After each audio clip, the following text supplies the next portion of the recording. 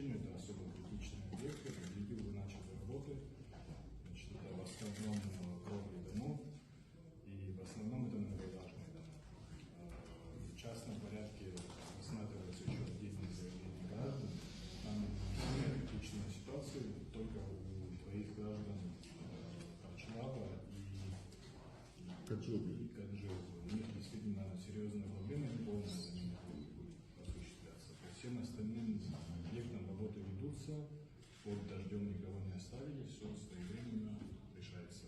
В четверг мы отправляем всю документацию на